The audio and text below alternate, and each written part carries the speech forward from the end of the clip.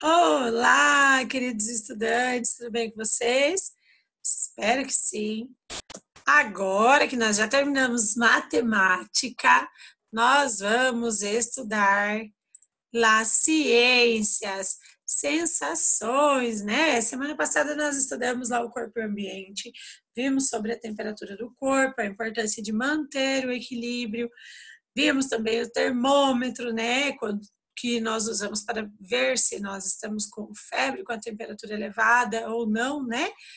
Então, bem bacana. E hoje, sensações. Atividades 29 e 30, lá na página 214. Escrevam a data, não esqueçam. Sensações. O corpo humano percebe o ambiente, como suas variações de temperatura, por meio dos sentidos fundamentais: o tato, a visão, o olfato, a audição, o equilíbrio e o paladar, certo? Então, nós vamos ver as sensações e os sentidos agora, tá bom? O tato. O tato nós podemos sentir, né, através da nossa pele, né? É a pele o órgão, né, do corpo que participa do tato. É por meio dela que nós percebemos as sensações de dor, de frio, de calor, e também nos permite interpretar as sensações de texturas, como liso, áspero. Às vezes nós passamos a mão assim, nossa, que parede áspera, ou então, ai, a minha mão está muito áspera, né? Então, passei a mão em alguma coisa e ficou áspera. Olhem lá, tem uma foto coisinha mais lindinha, né? Um bebê sentindo a mão dos pais, né? Por meio do tato. Olha lá, ele sentindo, que legal, né? Aí nós temos a visão. As informações visuais são captadas pelos olhos, que são órgãos que participam da nossa visão. Depois de serem captadas, as imagens são processadas lá no cérebro, são interpretadas pelo cérebro. E nós, né, faz todo esse processo para que nós conseguimos compreender o que nós estamos enxergando. Olha lá um menininho, né? Nós podemos observar, né, o que está perto ou longe, pelo sentido da visão. Nós estamos enxergando o menininho, né? Ele está lendo. Se ele não consegue ver muito bem, ele normalmente vai aproximar. Aí o que nós temos que fazer quando nós não estamos vendo muito bem? Nós vamos no oftalmologista, né? Porque daí nós precisamos utilizar óculos para melhorar a nossa visão, certo? Todo um processo, né? Mas tudo isso graças ao sentido da visão. O olfato, né? A estrutura responsável pelo olfato é a parte interna do nosso nariz, pela qual nós podemos perceber o perfume de flores, frutos, cheiros bons e cheiros ruins, né? Mas nós preferimos sentir os cheiros agradáveis, né? É pelo olfato que sabemos se o cheiro dos alimentos está agradável ou não. E com isso também podemos detectar se o alimento está em boas condições para o uso.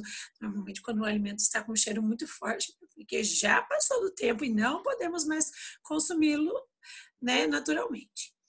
Aí, olha lá, agora veio a audição. Qual será que é o órgão que participa da audição? Yes, as orelhas. Com elas nós captamos os sons. Os seres humanos ouvem muito bem. No entanto, existem animais que têm uma capacidade auditiva muito grande, como o gato, o cachorro, o lobo, sabia? E eles ouvem sons que nós não conseguimos ouvir. Às vezes a gente não está lá e o cachorro começa a latir, a gente fala, o que será que ele está ouvindo? Ele está ouvindo alguma coisa, a gente só não sabe o que é, porque muitas vezes nós não conseguimos ouvir, porque é um som muito talvez está distante ou é um som baixinho, mas que eles conseguem identificar. Então, olha lá. Ao ouvir uma história, os sons que percebemos são captados pelas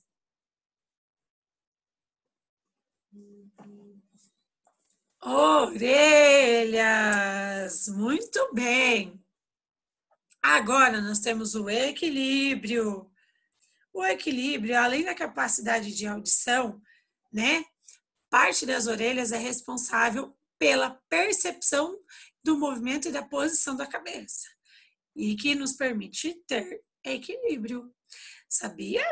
Muito importante. Lá dentro da nossa orelha tem uma partezinha lá que é responsável para que nós possamos ter o equilíbrio, para não ficarmos tontos, né?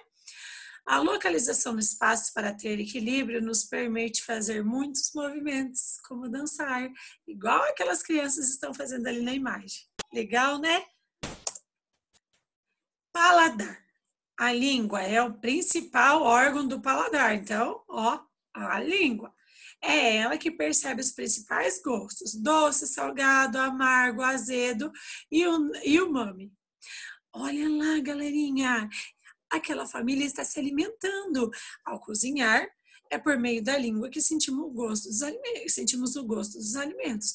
Então, sempre que nós estamos cozinhando, nós estamos provando o alimento, vendo se precisa colocar mais sal, mais tempero, se está cozido, se não está, né? Assim que nós conseguimos ver, através do nosso sentido, que é o paladar.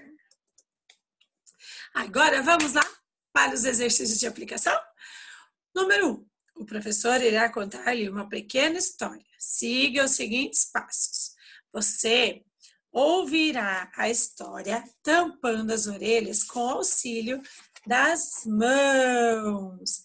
Registre em poucas palavras o que ouviu. Então, agora eu vou contar uma história para vocês e vocês vão... Uma história não, um trecho de uma história. E vocês vão registrar, tá? Mas como que vocês vão registrar? Primeiro vocês vão fazer assim. Vão tampar as orelhas assim e vão ouvir o que a Prof. Dani está falando. Tá? E vão escrever o que vocês conseguiram entender, certo? Depois vocês vão voltar e vão ouvir a história novamente, só que sem tampar as orelhas. E vão escrever a história novamente, mas sem tampar as orelhas, certo? Vamos lá, então? Tampem as orelhas. Tcharam! 1, 2, 3 e valendo! A abelha Melissa.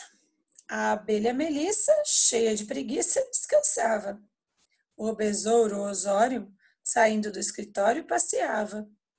Vendo Melissa toda encolhida sobre uma folha de hortaliça, Osório exclama: "Ó, bela abelha adormecida!" Melissa acorda e se espreguiça. Olha para o Osório e aí começa a soltar faíscas. "Então você vem me acordar sem respeitar minha preguiça? Que injustiça!" Zzz, chega de briga e falatório. Quer ir comigo a um programa de auditório? Assim, saíram de braços dados e no programa de auditório não teve briga nem falatório. Tanto que agora estão os dois se preparando para o casório. Agora, vocês vão escrever a história, mas com as palavras que vocês entenderam, do jeitinho que vocês conseguiram ouvir e escrever e entender, tá? Escrevam aí. Aí agora pausa o vídeo, né? Pausa aí o vídeo.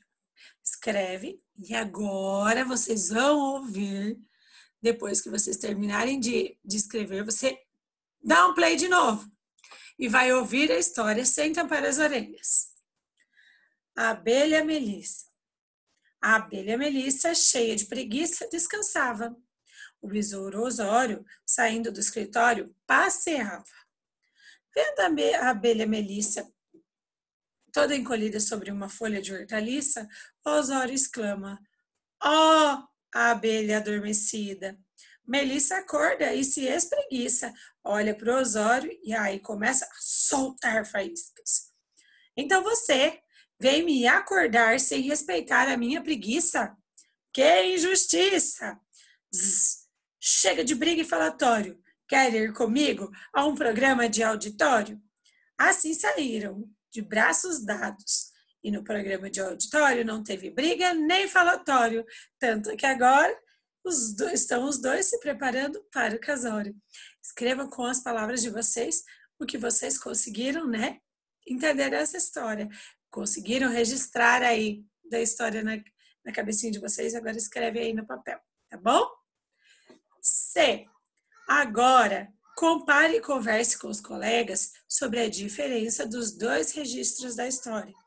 Será que vocês conseguiram escrever a história da mesma forma, ouvindo com as orelhas tampadas e depois sem tampar as orelhas? E aí, o que vocês acham? Me digam, tá? Conversem aí com os colegas, pode ser por mensagem, né? Não tem problema, com a família, certo? 2. Desculpe. Além das pessoas com deficiência visual, existem aquelas que apresentam algum tipo de deficiência auditiva, que é uma forma de se comunicar e tem uma forma de se comunicar por meio da língua brasileira de sinais, que nós chamamos de Libras, como mostra a imagem. Então, aqui nós temos o alfabeto em Libras. Normalmente lá na sala tem, né, as letrinhas do alfabeto de Libras, né, da língua brasileira de sinais. Tá bom? Podem fazer o nome de vocês aí, ó. O meu é assim, ó. Espera aí, que agora vocês não vão ver, né? Le. Esse é o meu nome. Podem fazer o nome de vocês aí. Olhem as letrinhas e escrevam. A mímica é outra forma de comunicação não verbal muito utilizada pelos artistas. Vocês já viram alguém fazendo mímica? Já brincaram de mímica? São utilizados gestos, movimentos, expressões do rosto e do corpo, sem usar palavras para expressar pensamentos e transmitir sensações. Eu tô com uma cara do quê? De triste ou felicidade? E agora? Eu não falei, mas vocês conseguem perceber através da expressão do meu rosto. Forme dupla com um colega e utilize a mímica para explicar aos demais colegas as palavras escolhidas pelo professor. O que nós vamos fazer para a Fidane? Agora você vai brincar com a sua família de mímica, tá bom? Vocês vão escolher as palavras e vão brincar. Então, aqui na figura A, nós temos uma menina, né, fazendo o sinal de mãe na língua brasileira de sinais, tá? Porque nessa língua nós temos os sinais. Mãe é uma coisa, bonito é outra, coração, sabe? Então, cada sinalzinho tem um significado. B. A pessoa que representa utilizando o recurso da mímica é chamada de mímico, mimo, pantômimo ou pantomimeiro. Que diferentes as palavras, né? Mas olha que legal. Então, caprichem na brincadeira aí com a família de vocês. E façam o nomezinho de vocês. Gravem um vídeo e mandem para nós, para os profs, para a gente ver vocês fazendo o nome de vocês. Ó. Dani, Le. Agora é a sua vez. 3. As pessoas que nasceram com deficiência visual ou que perderam a visão por algum motivo conseguem perceber características do ambiente por meio de outros sentidos, identificando o que está ao seu redor. Por exemplo, algumas pessoas utilizam as pontas dos dedos para ler livros que estão escritos em braille, como mostra a imagem. Olha só, os livros em braille é como se estivesse na folha um monte de pontinhos que a pessoa que tem deficiência visual consegue passar a sua mão e perceber. E agora, qual é o sentido que é usado para fazer a leitura de braille? A visão O paladar, o olfato ou o tato? Assinale a resposta correta aí. Eu sei que vocês vão acertar. Olha lá, menininha. 4. Faça uma pesquisa e descubra a função e a importância dos pisos táteis para as pessoas com deficiência visual. Então, ó, agora é a vez de vocês pesquisarem. Por quê que é muito importante que tenha os pisos táteis para que eles possam se localizar? Ajudei, né? Um pedaço, né? Não tem problema. Mas pesquisem, me escrevam e nos conte, tá bom? 5. Observe as imagens e complete o quadro. Qual é o sentido que ele está fazendo, está usando? Qual é o sentido? É o olfato. E qual é o principal órgão desse sentido? É o nariz. Muito bem. E aqui, qual é o sentido que a menina que está lá? Aqui ele está cheirando uma florzinha. E aqui ela está se alimentando, comendo uma melancia. Qual é o sentido que ela está usando? É o paladar. E qual é o principal órgão desse sentido? A língua. Muito bem. Depois, nós temos aqui o menininho fazendo o quê? Lendo.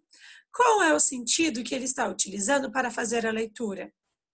A visão. E para nós utilizarmos o sentido da visão, nós usamos qual órgão? Os olhos. Certo? Depois, nós temos lá, ó, as duas crianças, eles estão ouvindo música. Qual é o sentido que nós utilizamos para ouvir? É o sentido da audição. Muito bem, eu sei que vocês estão me respondendo, porque vocês são muito inteligentes. Vamos lá, espertos. E qual é o principal órgão da audição? As orelhas, isso mesmo. E agora aqui, ó, nós temos lá a menininha dançando. Qual é o sentido que ela está usando? Aquele que não deixa a gente cair aqui, ó. É o equilíbrio, muito bem. E qual é o principal órgão do equilíbrio? Lembra que a prof falou que está dentro da nossa orelha, né? Então, são as orelhas, tá bom? Olha lá o menininho dando um beijinho, né? Será que é a mamãe ou a vovó? Mas qual é o sentido que ele está usando? É o tato. Ele está tendo contato com o rosto, com a pele, né? Então, é o tato. E qual é o principal órgão do sentido? Desse sentido? É a pele. Tá bom? Muito bem! Até mais, caprichem nas atividades, tá bom? Um beijo, meus queridos!